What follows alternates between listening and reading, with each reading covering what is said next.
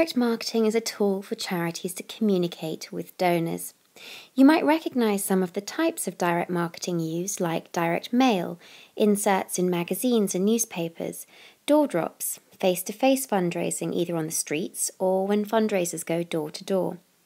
You might have seen an advert on TV, an advert in the press, received an email message or text message, or seen an ask online. You might also have received a phone call or been asked to sign up to payroll giving at work.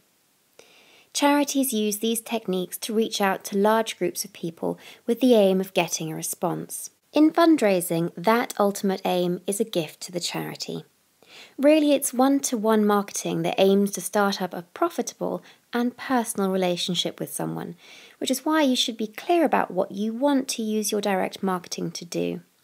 It can be used to get in touch with cold donors to recruit them. It can be used with warm donors to engage them further.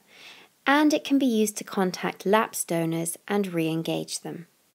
So what goes into delivering direct marketing fundraising? Well, regardless of the type of fundraising you end up deciding to use, you have to remember that this is not a short-term fix for funding. The immediate return on investment for direct marketing is relatively poor, but we focus on lifetime value of these donors, so it's not just about the £3 initial donation they might make, but about the value of all their gifts over the time they support the charity. The most important starting point is to consider who you're targeting. For face-to-face fundraising, this will impact on where you position your fundraisers. For mailings, which postcodes you address the envelopes to, and which newspapers and magazines you buy space in. Then you'll want to decide what your offer is. So how much are you asking for? What project will you talk about to raise funds? And how will the money be used?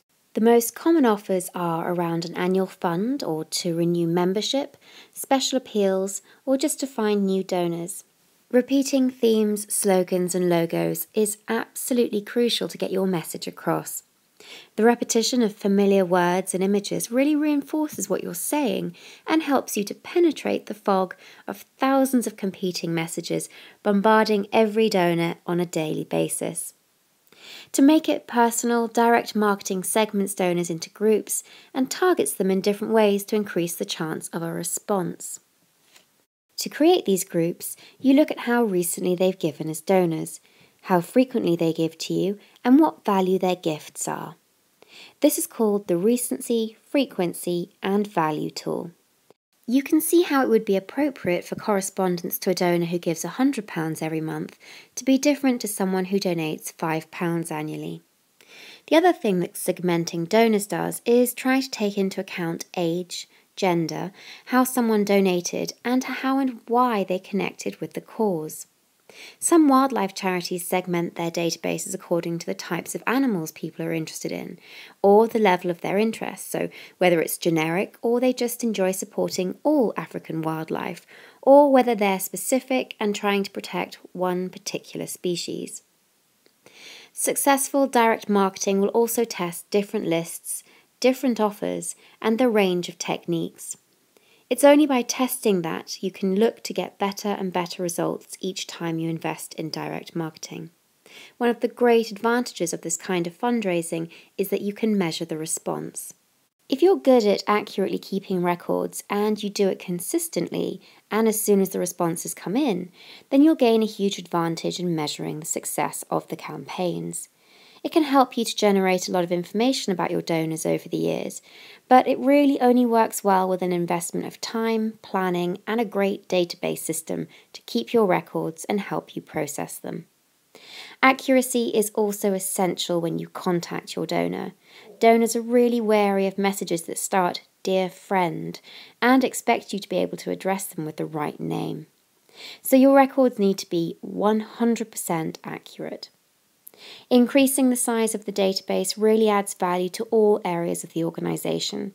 For example, you increase your chances of finding major donors in your existing pool, increase your brand awareness and education about your message and the number of people who you can ask to support your campaign.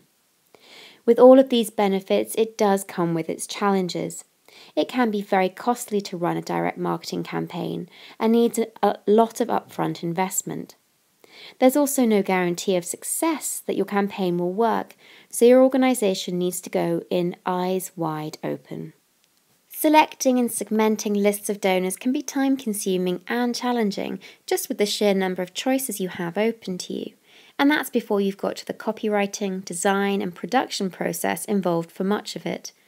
And of course, once the communication is out of the door, you need to be ready to gather all of the information that comes back to you and responsibly manage that data and the gifts that arrive in.